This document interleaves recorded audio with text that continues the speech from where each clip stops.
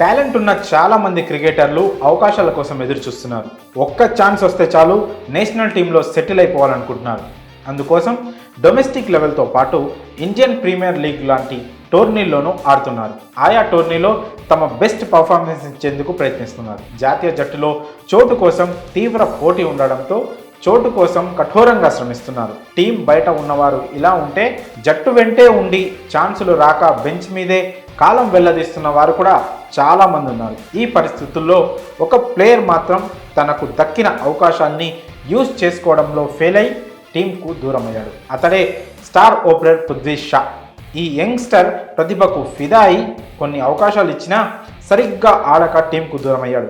ఏడాది క్రితం 379 పరుగుల సునామీ ఇన్నింగ్స్ ఆడిన షా అప్పటి నుంచి పత్తా లేకుండా పోయాడు. సరిగ్గా ఏడాది కింద ఇదే రోజు ఓ అద్భుతమైన ఇన్నింగ్స్తో అలరించాడు పృథ్వీ షా. రంజీ ట్రోఫీ 2023 గ్రూప్ దశలో భాగంగా ముంబై అస్సాం జట్ల మధ్య జరిగిన మ్యాచ్లో షా మ్యాన్ ఆఫ్ ది మ్యాచ్గా నిలిచాడు. ఈ స్టైలిష్ బ్యాటర్ ఆడిన ఇన్నింగ్స్ కారణంగా ముంబై జట్టు ఇన్నింగ్స్ 128 రన్స్ తేడాతో అస్సాంను చిత్తు చేసింది. ముంబై ఫస్ట్ ఇన్నింగ్స్లో షా 383 బంతులు ఎదుర్కొని ఏకంగా 379 పరుగులు చేశాడు. 4 సిక్సర్లతో పాటు 49 బౌండరీలు బాదాడు. ఫోర్ల రూపంలో దాదాపు 200 పరుగులు చేశాడు షా. రంజీ ట్రోఫీ చరిత్రలో ఇదే రెండో అత్యధిక వ్యక్తిగత స్కోర్గా నిలిచింది. ఈ ఇన్నింగ్స్తో అతడు భారత జట్టులోకి ఎంట్రీ ఇవ్వడం ఖాయమని అంతా అనుకున్నారు. కానీ సెలెక్టర్ల నుంచి పిలుపు రాలేదు. దీంతో ఇంగ్లాండ్కు వెళ్ళి కౌంటీలో ఆడదామని అనుకున్నాడు.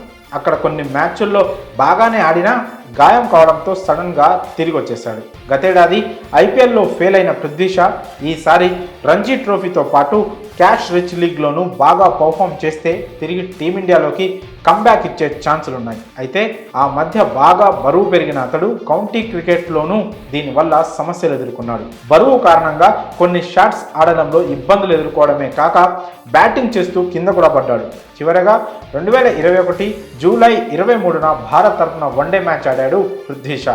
ఆ తర్వాత ఎంత ప్రయత్నించినా అతన్ని తిరిగి జట్టులోకి తీసుకోలేదు. ఇచ్చిన అవకాశాలను వాడుకోకపోవడంతో శుభ్మన్ గిల్, ఇషాన్ కిషన్, యశస్వి జైస్వాల్, రుతురాజ్ గైక్వాడ్ లాంటి యంగ్స్టర్ రాణిస్తుండడంతో షాకు సెలెక్టర్లు మొండి చేయి చూపిస్తున్నారు. ఇప్పుడున్న పరిస్థితుల్లో అతడు టీంలోకి రావాలంటే తన బెస్ట్ పెర్ఫార్మెన్స్ను బయటకు తీయాలి. కొన్ని నెలల పాటు కంటిన్యూగా రాణించాలి. అప్పుడు కానీ ఛాన్స్ దొరికేలా లేదు. మరి షా కెరియర్పై మీ అభిప్రాయాలను కామెంట్స్ రూపంలో తెలియజేయండి.